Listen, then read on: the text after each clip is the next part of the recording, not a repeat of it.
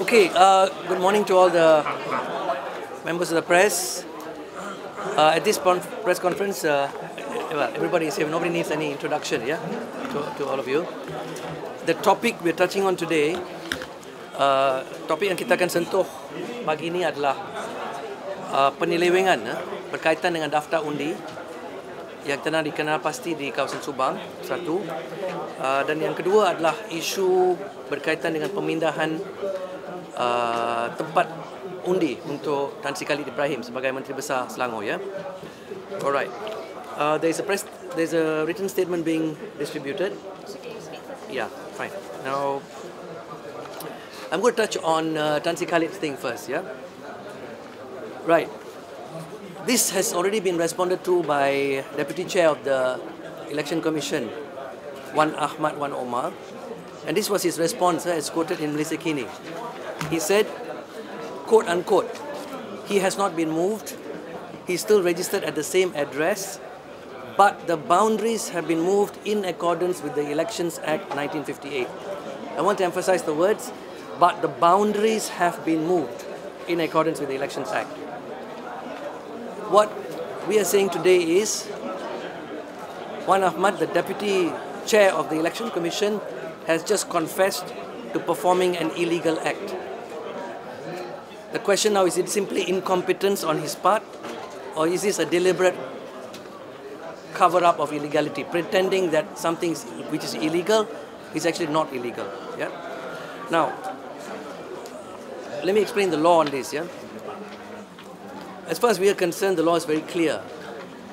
Boundaries cannot be moved, cannot be shifted, because you notice his words, his boundaries have been moved. This is the law. Boundaries cannot be moved unless there is what we call a delimitation exercise. That's the word in the federal constitution. Sometimes we use the word redelineation, yeah? Where every once in 8 years, the election commission will study the boundaries and redraw, where we expand and increase the boundaries and so on. It is only then that the boundaries of state seats and parliament seats can actually be moved legally. Now, in between those 8 years, what happens? Population increases, numbers of voters increase.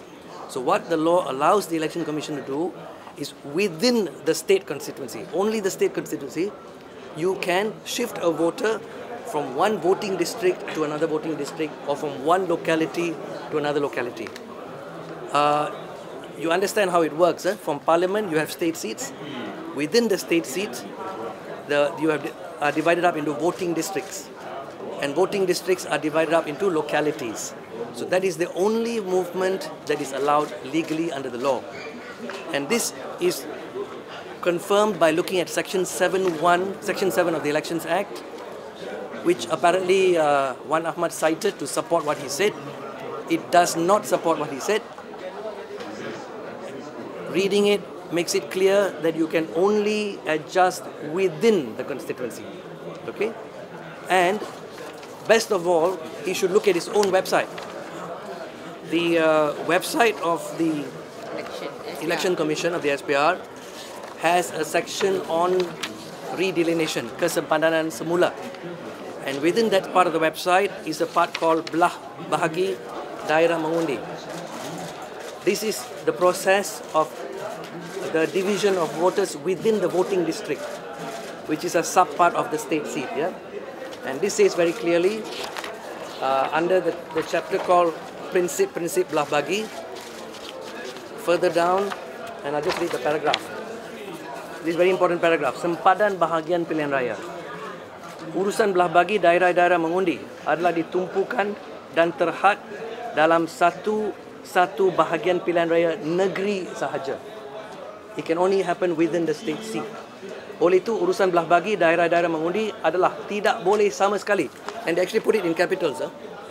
Tidak boleh sama sekali melampaui sempadan bahagian pilihan raya negeri, apatah lagi parlimen, termasuklah urusan untuk tujuan mencantumkan dua daerah mengundi yang kecil dan sebahagian yang terletak di sempadan dua bahagian pilihan raya yang berlainan. What are they saying? You cannot take a voter across the boundary of a state seat, let alone a parliament seat. That's what it says in plain Bahasa Malaysia. which is on the SPR's own website, which is in accordance with the law under Section 7 of the Elections Act 1958. So he admitted to committing. So in other words, this is Malaysia boleh lah. The deputy chairman of the Election Commission, no less, can confess openly to saying, "Oh, we moved the boundaries." When he should know that it's an illegal act. So moving Tan Sri Khalid, in short, I'll come back to what Tan Sri Khalid's situation is. Moving Tan Sri Khalid from PG Selatan, where he voted before, and has always voted, I think, to Lembah Pantai under YB Nurul Izzah's constituency is illegal. You cannot do that. So this is our response on that. And can I do the Subang one straight away? So basically, the 31,294 have been moved illegally. I mean, he did not only commit an offence on Tan Sri Khalid, but also on 31,294 other voters. Sorry, just one more point. I just forgot it. Wan Ahmad also said, this is the explanation he gave. It was to synchronize electoral maps with the country's official map. In other words, they're looking at the so-called boundaries of KL or whatever. But that's not relevant at all. The seats boundaries are drawn up under redelineation exercises. Nothing to do with administrative boundaries. Nothing to do with the boundary of Daerah Petaling. Nothing to do where Wilayah KL ends or PJ. There's nothing to do with that. It is decided by the Election Commission under the 13th schedule of the Federal Constitution, under its powers there, once every 8 years. Once it's decided, it stays. You only move voters within a state seat. You cannot cross boundaries. Otherwise, what the Election Commission is basically doing is secretly, surreptitiously changing a boundary. That's what it's doing by moving the boundary. It cannot do that. Yeah? And this is serious because this is supposed to be the custodian of the electoral roll, now telling us they want that they don't care about the law, and they're reshaping the electoral roll. Yeah? I just conclude by going to the statement we're making regarding Subang. Yesterday afternoon, myself and representatives from Cabang Subang Division of Parti Keadilan Rakyat lodged reports with the SPR in Shah Alam and also the SPRM in Shah Alam. This is with regard to two issues which we have observed in the electoral roll in Subang. First, we observed a very high increase in the last 4 years of almost 30,000 voters as at September 2011, an increase of 35%. With the fourth quarter number which has been posted by the SPR is almost 40%. It's unusually high.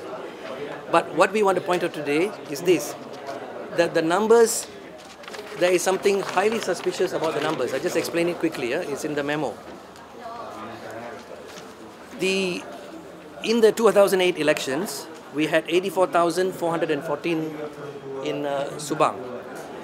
By end of 2010, that number had reached 97,351 on the second page. Now, for 2011, we add on every quarter. So we add on the figures for quarter 1, quarter 2, and quarter 3, which are there on the table below.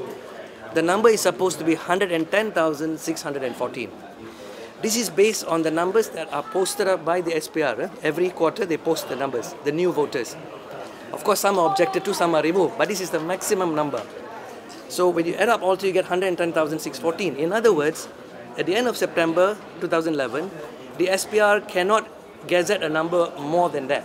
It must be that or below, depending on how many voters have been removed. But to our shock, when we saw the September figure gazetted by the SPR, it is 113,978. What does this mean? This means that in Subang, 3,364 voters, big number, 3,364 voters have been smuggled into the roll without following the legal process. That's very serious.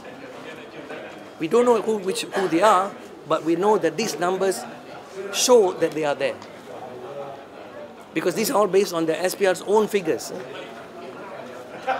The roll should not exceed 110,614, but it now shows 113,978, as at September last year.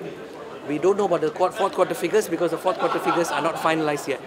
When that is finalized, we will get a further update. Now, the second point, this connects back to what happened to Tan Sri Khalid, which is also happening in Subang.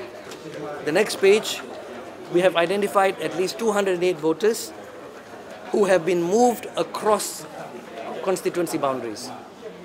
In other words, the first column shows you in 2008 they voted in what parliament. So for example, there were 137 who were in Kelana Jaya who now are in Subang. That is illegal. This is not allowed to happen. Not only have they moved them from one state seat to another state seat, they have moved them from one parliament to another parliament. And we have actually on the next page, it's not easy to do this because we have actually identified the names of some of them. And we have produced that to the SPR. These are the actual names, yeah? So all these voters are living in the same place, same address, they have not shifted. They are voting in the same locality. If you notice, the locality has not shifted.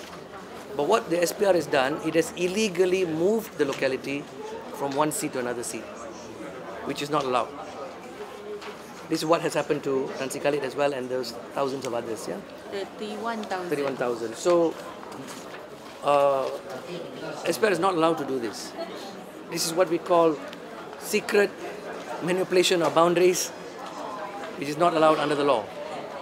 This is only allowed during the once in every 8 years redelineation exercise, yeah, under the federal constitution. Okay, so as far as we are concerned, this is an abuse of power. This is fraudulent manipulation. The SPR cannot be ignorant of the law.